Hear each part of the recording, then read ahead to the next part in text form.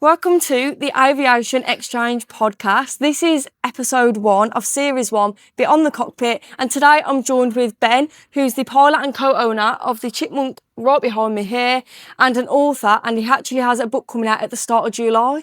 So, co-owner and pilot of the Chipmunk behind me. Do you want to talk a little bit about the Chipmunk and let everyone know what it is, in case anyone doesn't know? Yeah, of course. So this is one of the best-known training aircraft, arguably in the world. It's got a fantastic history and it's 80 years old.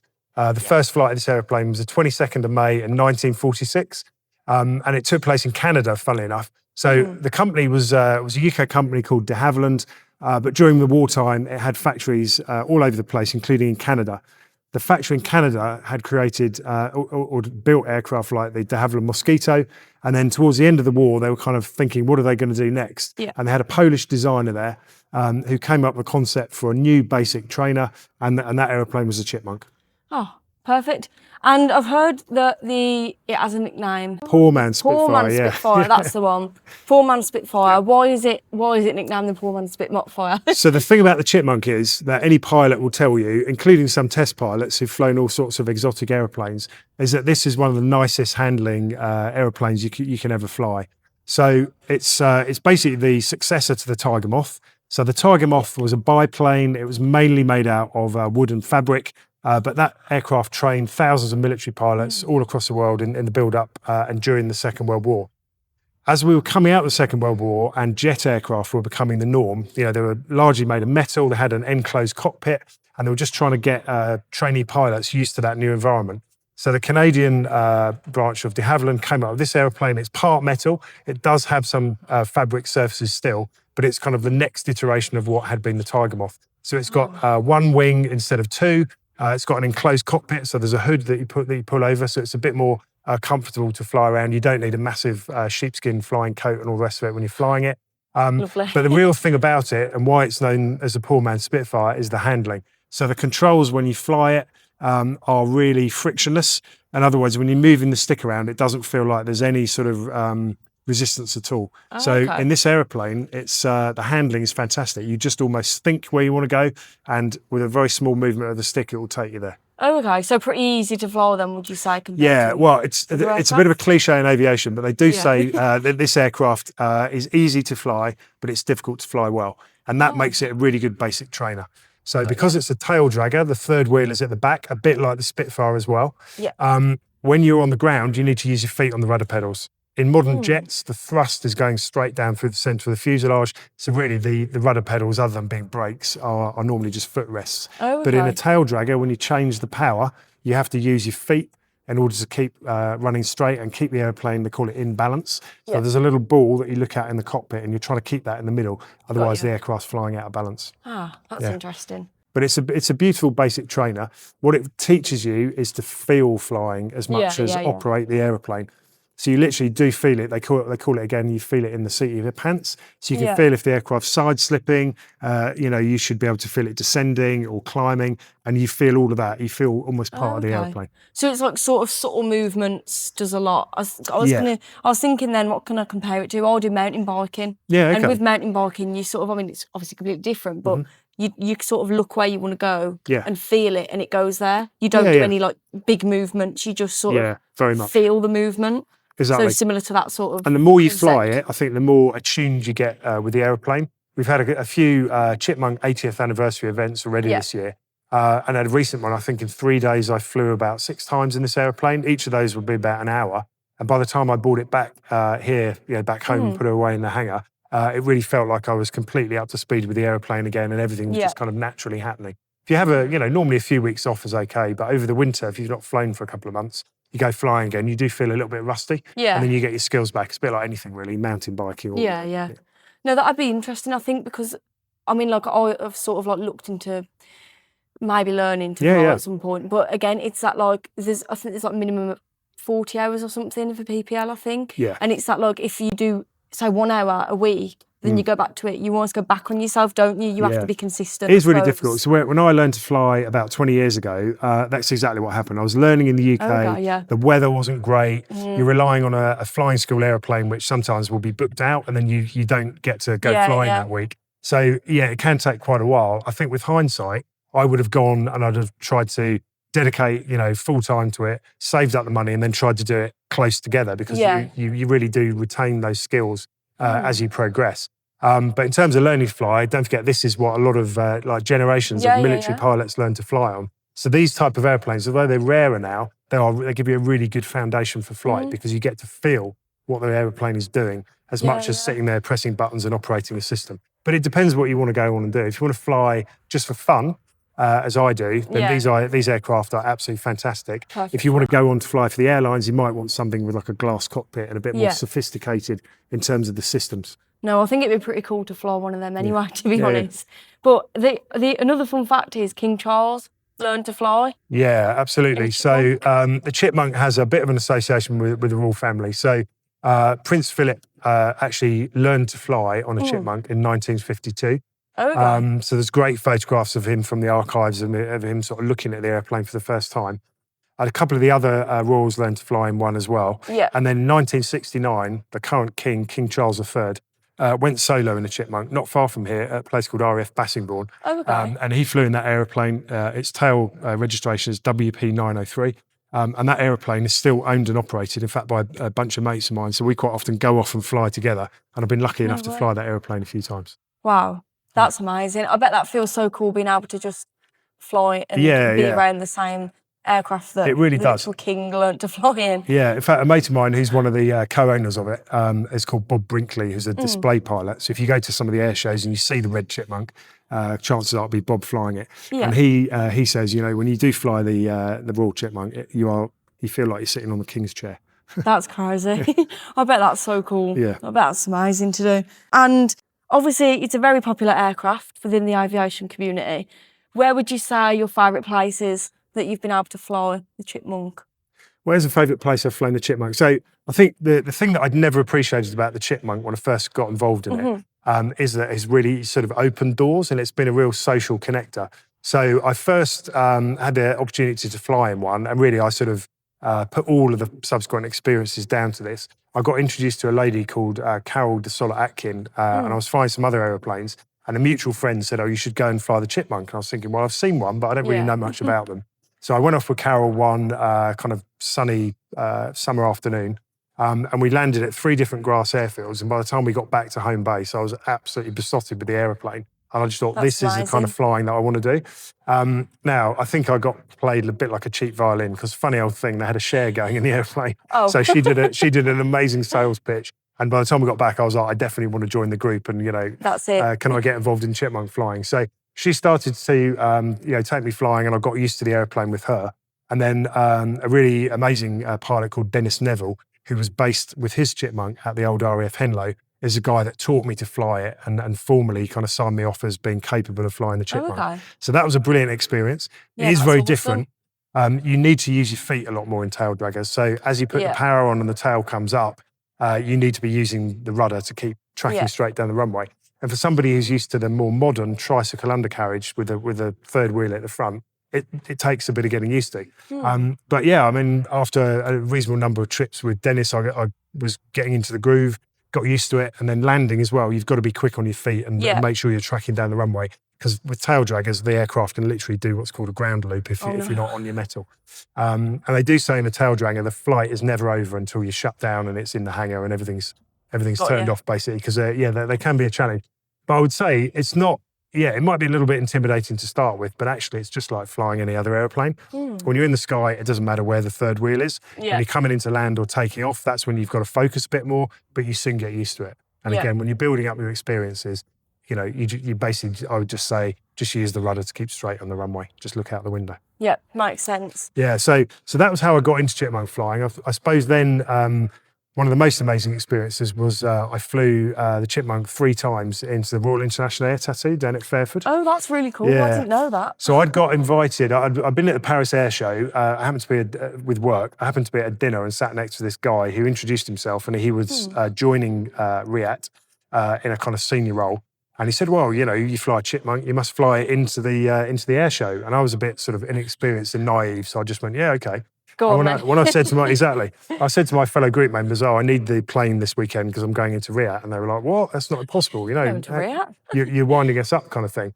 And then all the information arrived in the post with like the approach plates and the registration details and stuff. So I did it. So as a thank you, I took Carol as my passenger and guest. And we flew into Riyadh. And then we had lunch and things like that. But I mean, coming into to land there, obviously an enormous runway. Yeah. It's hard instead of a grass runway, mostly what you fly a tail dragger off. And I was really focused on making an amazing landing. So when we landed right on the numbers at the end of the runway, the air traffic controller said, hurry up, get off the runway, expedite, because there was an F-16 coming up to land behind. So I had to taxi off the runway really quickly. No way. But as we pulled off, I remember looking out the window and I'd been so focused on the runway, I wasn't kind of looking out at all, really. And then as I kind of landed and taxied off, I looked out the side and there was, 40,000 people watching the landing. Oh my gosh. So yeah, no pressure. But no pressure. Fortunately, it was a bit of a greaser. So landing into Riyadh for the first time was amazing. During the Royal Air Force Centenary in 2018, I was lucky as well. I got invited to a few events with the Chipmunk. Oh, awesome. So we flew it into Cosford for the air show there. And it was lined up at the end of the row where all the Royal Air Force's fighters were. And we were next to the Tornado F3, which was amazing. That was really good. I've flown it in other places like events, particularly where you meet up with other Chipmunk owners and you go and fly formation and things together. There's just a really special community around the Chipmunk. People still hold it in great affection. Oh, that's awesome. I bet that was so scary, but I bet it's a good job you didn't see the 40,000 people when you pulled in until you'd landed. Definitely. I'm glad I didn't look because chances are I would have messed up the landing. But I'm not I was surprised. really fortunate. I got a great photograph sent from one of the photographers who'd been there capturing the arrivals and kindly sent me a high resolution image of my first landing at Riyadh, and that was very special. That's really cool. Could you see the F-16 behind you? No, unfortunately not. That would have been cool if you were just there and see it above your head like this behind. Exactly. Yeah. That would have been an awesome picture. Well, but it's still a really good picture. But yeah. I was going to say, the runway is really long. It's Fairford, right? Fairford, I've been down to Fairford a couple of times now, and I was speaking to a couple of the guys down there. Like you say, it's a good community. Yeah. Speaking to a couple of the guys down there a couple of weeks ago, and they were talking about sort of I think it's the longest runway in Europe, isn't it? Alongside, there's one in Germany, is that right? Yeah, I think so. It's got to be one of them. It is absolutely massive. And the weird thing is, it's very, very wide as well. Yes, it distorts your perception of the landing surface when you're coming in. It's quite different to the average grass airfield, obviously. We would often joke in the Chipmunk, you could almost land sideways on the runway at Fairford because it is so big. Yeah, it's an incredible place. Sadly, the show isn't going ahead in 2026, but there's always next year. Yeah, no, understandably as well. I think that they've had quite a lot of hate, actually, I think, of people, saying, you knew this, why didn't you cancel it? But realistically, they've done all they can. Yeah, that's it. And it is what it is. It's literally world conflict. You can't particularly go, hang on a minute, just stop what you're doing so we can have the air show and then you can carry on. Yeah. So it's just, it'll be there. It'll be there another year. And I think we'll all be looking forward to it much more because we've had a year off. No, exactly. This is the thing. Next year will mean a lot more, won't it? Because anyone that hasn't been before and was going this year will get to go next year, and it'll be, because you can roll your tickets over anyway, which is one of the options that I think a lot of people have done. I think so. That'd be really cool. Yeah, I'm excited for next year. I think it's a different theme next year as well, because this year isn't with fighters. Okay. I think it's a tiger theme. Okay, cool. Quite possible. Wrong, but... And I think this year that we're going to have a kind of royal flight exhibition as well, because the Red Chipmunk was going to go to that as well. Oh, really? Yeah. So I think there's a few more Chipmunk events coming up this year. So we're all looking forward to that, getting together with a few more mates. Yeah, particularly from overseas. So there's a big Chipmunk community in the Low Countries, Belgium and Holland and in France. So those guys will come to the UK quite often. And there are plans afoot for some of us to go over there later in the year as well. Oh, no way. That's going to be really good, yeah. That's cool. What are some of the Chipmunk events that are coming up this year then in the UK? Yeah, so Cosford are definitely going to be marking it. And I know there's a number going to that. Halfpenny Green or Halfpenny Green in Wolverhampton, there's going to be another chip meet there at the end of August Bank Holiday weekend. And I think some of the guys are coming over from Europe for that too. And there's probably a couple more that I can't remember at the moment. Yeah, that's cool. And 2026 is a very special year for the Chipmunk and for yourself. So do you want to talk about that a little bit? Exactly so. So, I worked as a journalist for about 20 years. So writing words was kind of my day job. I've been working over the course of about 2 decades as well with a guy who's become a good mate of mine called Ian Black. which some of your followers may know. So Yeah. Ian was a fighter pilot in the Air Force. He flew the Lightning, he flew the Phantom as a navigator before he became a pilot.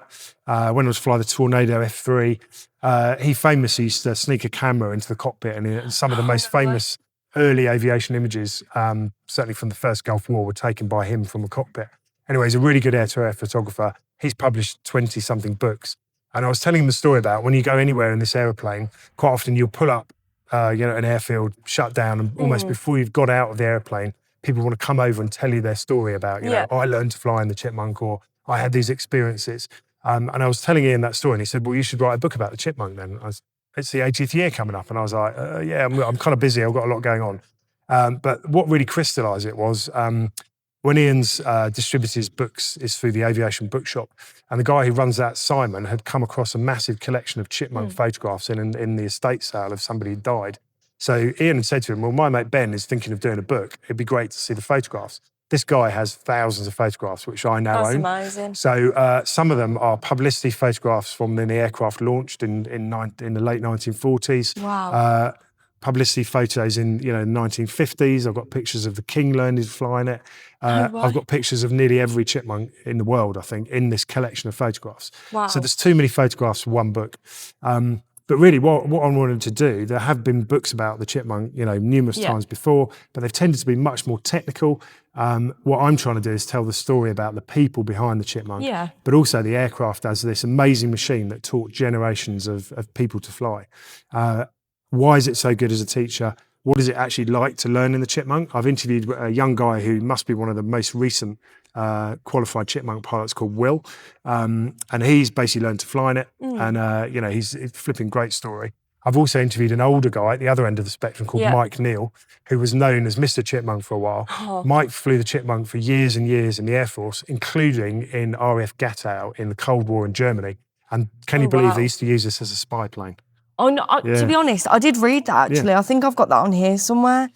So what they did, so Mike would fly it from the rear cockpit, which is normally where the instructor sits. And in the front, which would be the student, when it's being used as a training aeroplane, they would have basically an MI6 officer with a camera, and the cockpit slightly open, and they'd be flying around over the Berlin control zone, taking photographs into East Germany of like Soviet military equipment, like tanks or guns or missiles, whatever.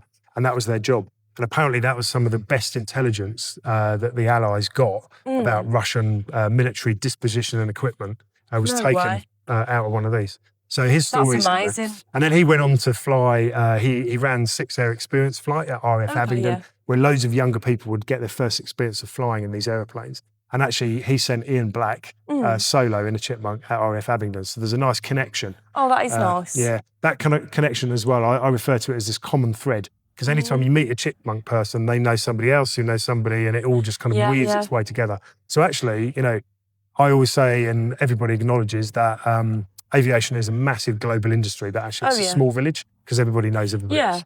Do you know, I would say that actually, even though obviously I don't fly or anything, but through my social media, which people watch, I've met so many people, and everyone that I meet's like, oh yeah, I know them. And it's like a little community, isn't it? It is definitely a community. It's huge, but everyone knows everyone, and everyone's lovely as well. I mean, I haven't had a bad experience yet, so that's very good. I think the thing about it, aviation is very much once it gets in your blood, it's really hard to kind of get away from it. It just becomes part of who you are. And if you love aviation and someone else you meet does as well, you've immediately got that common bond. Yeah, for sure. That's literally what happened with me and my partner. We met both into aviation, and then I went to the Mach Loop once, and like I say, it's gone from there. The rest is history. Yeah, literally. And literally before we just started this, you mentioned you flew through the Mach Loop yourself. Yeah, so when I was a journalist, I was quite lucky. It was around the time I was learning to fly, and I just thought, flying is expensive, particularly when you're starting out.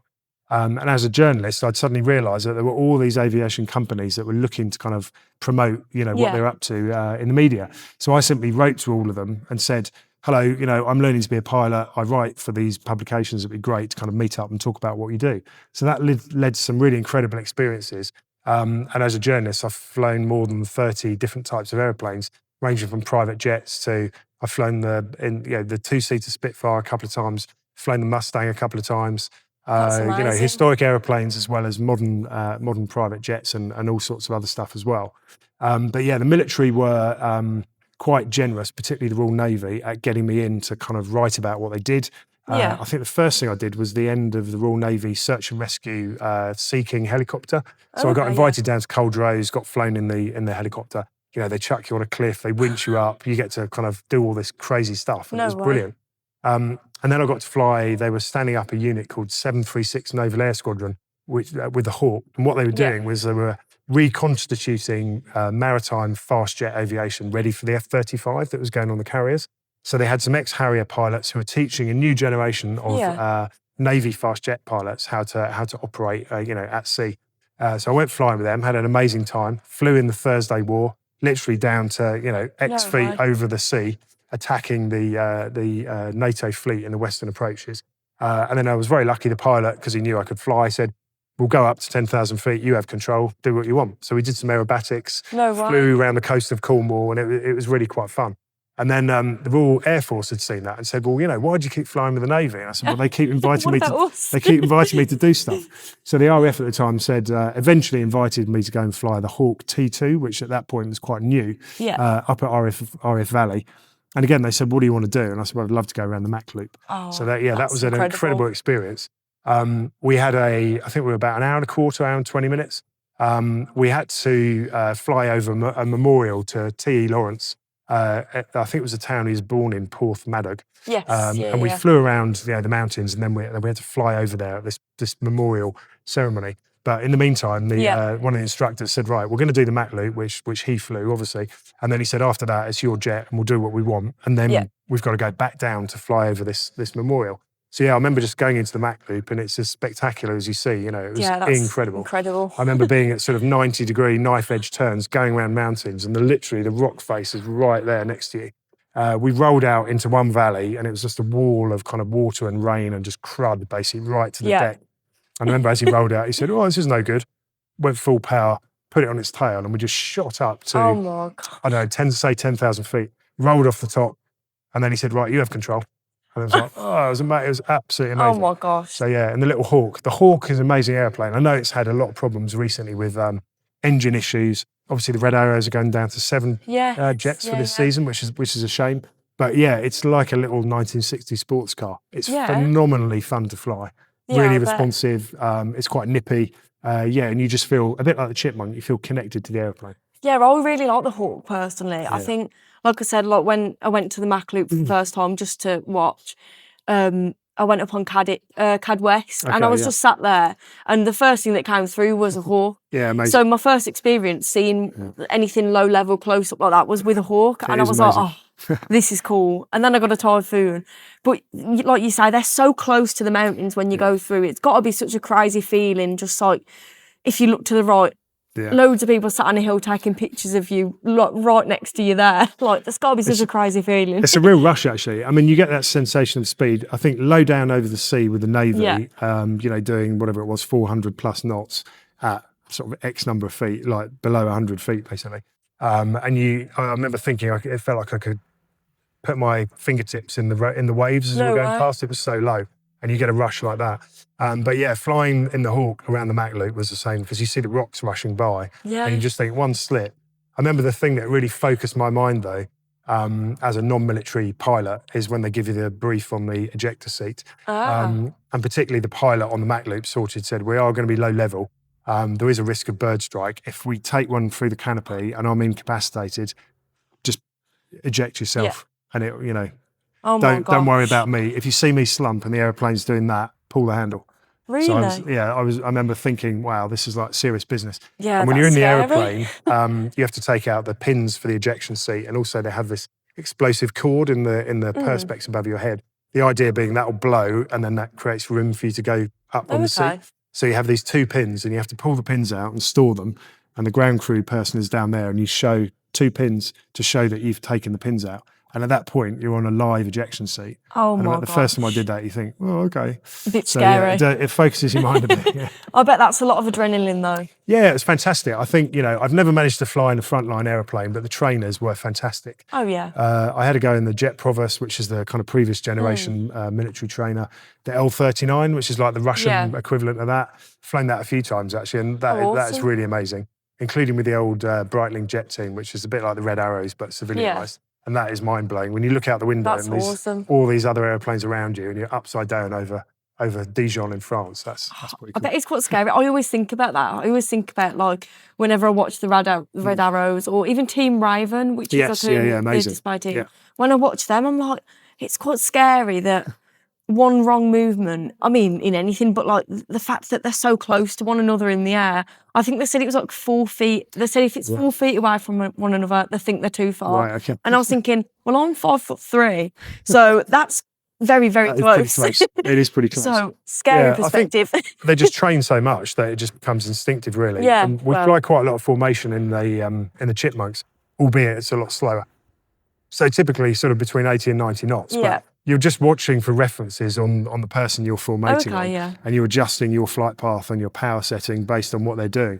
Yeah, I mean, it's definitely something you can train for, but yeah. Yeah, for sure. I saw, speaking of which, about the Hawk, actually, when I went to the Mac Loop once and I'd uploaded my videos I could do when I got home, a guy messaged me and was like, oh, that was me flying the Hawk, can you send me the video? And I was thinking, that's so cool. Imagine like getting home and getting to see yourself on a video flying. Like, I just thought it was a really, really funny perspective, but really cool. Like, that guy's got to feel so cool. Yeah, that's me. Exactly right. I had a similar experience with a guy last summer actually at Riyadh, and I've been for the last couple of years supporting the Commemorative Air Force, which is this American kind of heritage organisation. So they've got like literally dozens of vintage warbirds all over the US, but we were supporting them with the D-Day anniversary. So 2024, it was D-Day 80, so the 80th anniversary. They bought a load of they're the same as the Dakota, but the Americans call it the C-47. So it's a parachuting aeroplane that the units like the 101st Airborne jumped out of on D-Day.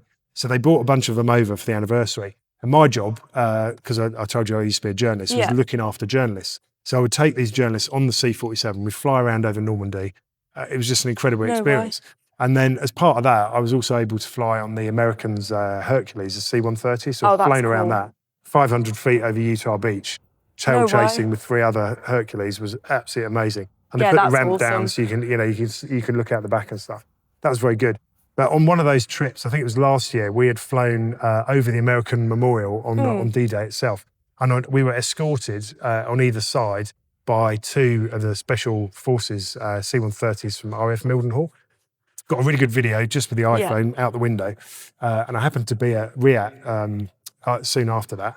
And I saw one of their Hercules was there from this unit. So I went over and sort of had a chat, and I recognised one of the guys from the airport of Cherbourg. And I said, oh, you were over for D-Day? He said, yeah. He said, I flew on this memorial thing alongside the R4D. And I said, well, I was in the R4D and I've got a video. Oh my gosh. So he's like, no way. So I showed him the video, and he said, I've not got any videos of me flying the airplane. And out the window, there was him flying his Hercules in formation with us. So I sent him the video. That's got to feel and then so he cool. sent me a video from the other perspective. Oh. So there's a picture of us in the R4D with, taken from their Hercules. No way. Which was amazing, yeah. So that, again, it's a great connector, isn't it, aviation? Yeah, that is so cool. Yeah, so I've been very lucky. I've had some cool experiences, but partly just because, my job is communicating and helping people tell stories. Sure. So I've helped out a load of warbird operators from Aircraft Restoration Company at Duxford as well. So some people will remember the NHS Spitfire when that flew during COVID. So I was helping out with the PR around that, getting journalists in and things like that. That was cool. John Romain brought the Spitfire down and flew over our town. And it was quite a funny moment because he told me what time he was going to be doing it. So I said to my kids, come in the garden, I think I can hear a Spitfire. And they were like, oh, wow, you've got really good hearing. And then they came out and literally, JR is extremely good. Right on time, the Spitfire came over and did a massive kind of loop around the garden. Everyone in town was going, wow, this is amazing. I was like, yeah, no. Of course it is. Of course it is. Yeah, I didn't know. It's a surprise to me exactly. too. Yeah. That's the thing about aviation, I think. Helping people out and just making connections is a really powerful thing to do. Oh yeah, for sure. I mean, like, even from my perspective, I've had like a couple of women message me, which maybe you wouldn't have got so much like 10 however many years ago, but I've had quite a few message me and like, so, oh, how do I go there? I want to go and visit this. What do you recommend? And different things like that. And I'm like, damn, this is cool because like maybe 10 years ago, or when I was younger at least, and I used to go to Cosford, like I said, I don't really remember seeing any other women there, or at least many women really. Yeah, okay. So, and they're all younger ones as well. They're all sort of like my age and younger really that have messaged me. So that's really cool because it's like, it's just the community, isn't it? And it's just growing the community. Yeah, that's really good. There's some incredibly inspiring women actually around aviation. There's a few that I've got to know from around on the circuit. There's a lady called Liz McConaughey who she'd call herself the crew chick. So she used to fly in the back of the Chinook helicopter. In fact, I saw her at an event at Odeon a couple of weeks ago. But yeah, her job was basically as the load master in the back and the crew chief of the aeroplane. She'd be flying around in that helicopter. I think she did 10 tours of Afghanistan and a couple of tours in Iraq. But her job latterly was flying on what they called MERT, which is basically a flying ambulance. So injured, they'd drop soldiers on the battlefield and then later they'd come back and pick them up, and some of them would be, mortally wounded or, certainly badly hit. And then she would see these young lads in the back of the helicopter bleeding and stuff. So her book about it is really, really powerful. She's an incredibly inspiring woman. She does motivational speaking and things like that as well now. But yeah, she's an absolutely unbelievable person to talk to. And there's a few others as well, like Helen Seymour, who was a fast jet pilot in the Air Force. Amazing speaker, really inspiring character. Mandy Hickson's another one who was one of the early Tornado pilots. She's flipping amazing to listen to. And they have a bit of a community themselves, I think, as speakers. They support each other, which is great. But they're always really happy to talk to young girls and women as well, to say, look, this is a exploit that's open to you lot. If you're interested in it, there's ways to do it. Yeah, for sure. And they can give you the guidance, but then it's over to you to kind of make it happen. Yeah. No, it'd be really, really cool to speak to some people like that. I met a lady called Lauren at Midland Air Festival last year. Oh, yeah. So I've met Lauren before, aerobatics pilot. Yeah. And she was really cool. And I went to Midland Air Festival on my own last year, and I was just on my own. And I was just in the normal area as you do, and I could see the separate part where the pilots and media and everyone was. And I was thinking, all my videos that I'm doing, how cool would it be to be included in that and get to speak to them? And I just saw Lauren at the fence on, so I just had a chat with her. And she was really inspiring just from a 5-minute conversation. Yeah, absolutely. And then what was funny was it was a full circle, because obviously I went last weekend again, but this time I was on the media. So I was on the other side, whereas last year I was like, it'd be really cool to be over there. So I was on the other side of it this time, and she was there, and I just spoke to her again, and I was like, damn. Full circle moment. Yeah, no, it's great. It's one of those things. If you go to an air show and then you end up being on the sort of airside element, so you're taking an aeroplane, or you're doing interviews, or a couple of times where I've been looking after journalists at air shows and stuff, and then you see this kind of side of an air show that everybody else doesn't really get to see, and it's a bit addictive. Yeah, it is, you have this kind of access that is quite nice. It's lovely to be able to see what really goes into putting an air show on. And I think sometimes people don't realise the amount of time, effort, not to mention money that goes into it. People that are, practicing their routines and the qualifications, that even the insurance alone, it costs a lot of money to do that. People do it because they love it. And people also do it because they want to pass on that passion to other people and inspire the next generation. That's the thing I'm really kind of passionate about, really. I think every time I go flying, quite often we'll see mums and dads and little kids on the fence. And if I've got time, I really would like to get them this side of the fence. Quite often, I remember it's probably about 4 years ago now, I was flying at Old Warden. I parked up after flying to go and get a cup of coffee. And as I came out to put the airplane away, I think there were 3 little boys literally hanging on the fence looking. And they were like, do you want to see the airplane, whatever? And I said, right, if you go and get the mums or dads or whatever, come over and you can sit in the airplane kind of thing. So I think the 2 mums came over and they'd taken the boys out for this little visit to the museum and the playground.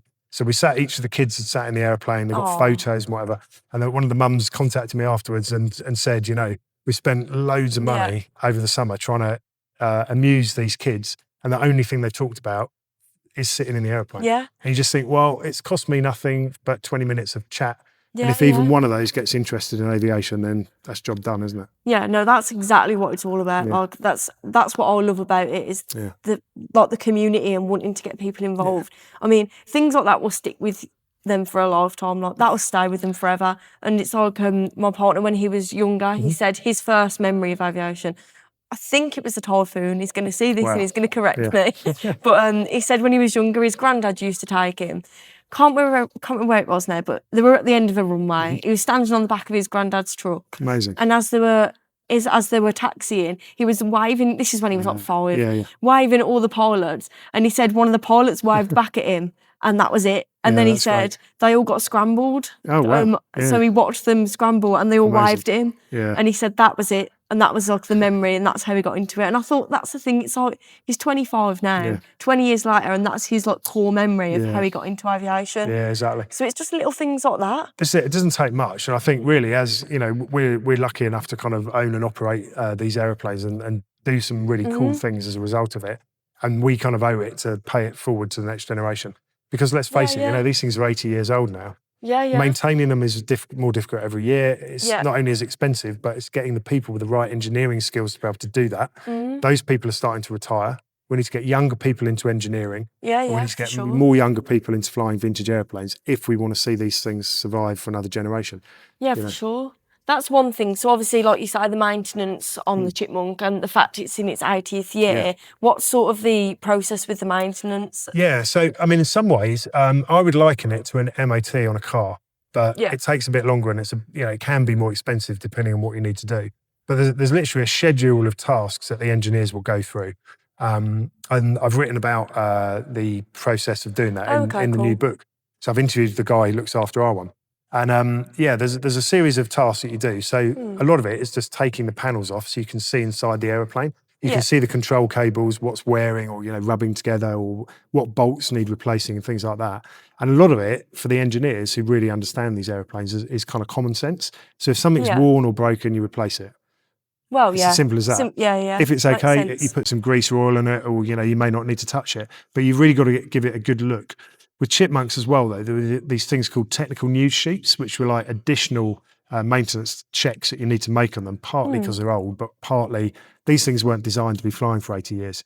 So you've got to make sure that, with metal, is it fatiguing? Is it cracking? Are there any other problems?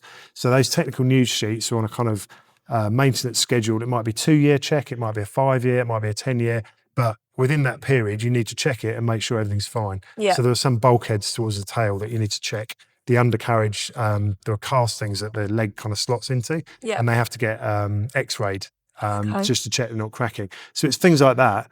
But really, because they're quite an old design, and particularly British design, we design great airplanes, but we didn't design them with the maintainers in mind. So, I've got big hands, so trying to put my hands in the engine and adjust stuff is a nightmare. I'm always cut to ribbons and, all over the place. But the engineers who are expert at doing that know what they're doing and how to kind of, manipulate the bits that they need to. Yeah, for sure. But what it does take is time. And of course, labour hours cost money. So the more hours it takes, the more expensive it is. And that's basically where you are with these kind of airplanes now. They're maintenance intensive, which means they're quite expensive to maintain. But you can operate these on the LAA permit. That's the Light Aircraft Association. So that's what ours operates on. And it's a kind of, it's a slightly lighter maintenance regime than putting it on a certificate of airworthiness because it's basically a leisure aeroplane. We can't take paying members of the public to fly in that. It's only for our own sort of pleasure.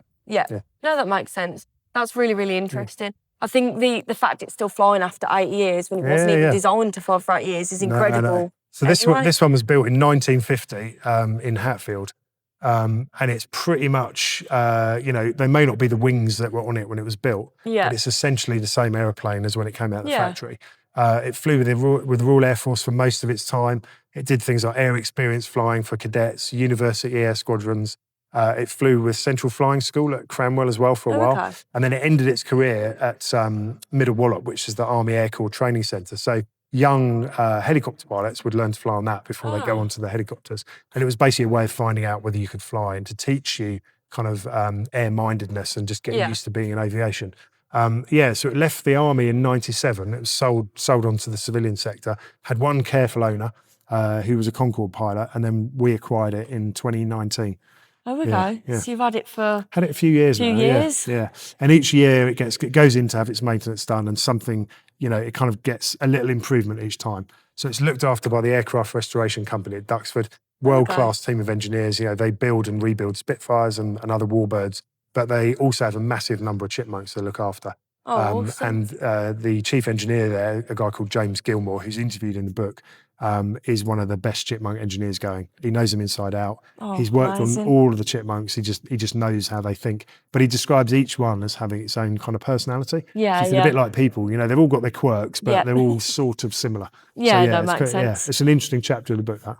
And where can we buy the book? So when does it come Yeah, out? so it's actually coming out in July. It's been a bit of a labour of love. It's mainly choosing the photographs. Writing the words for a journalist is kind of easy, really. Yeah, no, makes sense. And research. But doing the interviews, writing the words, I've spent a lot of time working at weekends and in the evenings recently, just trying to get it finished. The picture selection is done. It's being laid out by the designer, and then it will start being posted out in July. At the moment, people can pre-order. Yeah. So I've got 200 editions of the book, which are for what I'm calling the founding supporters. It comes with a special chipmunk patch, which is based on the Royal Air Force's chipmunk patch. So it's like the roundel with the chipmunk over the top of it.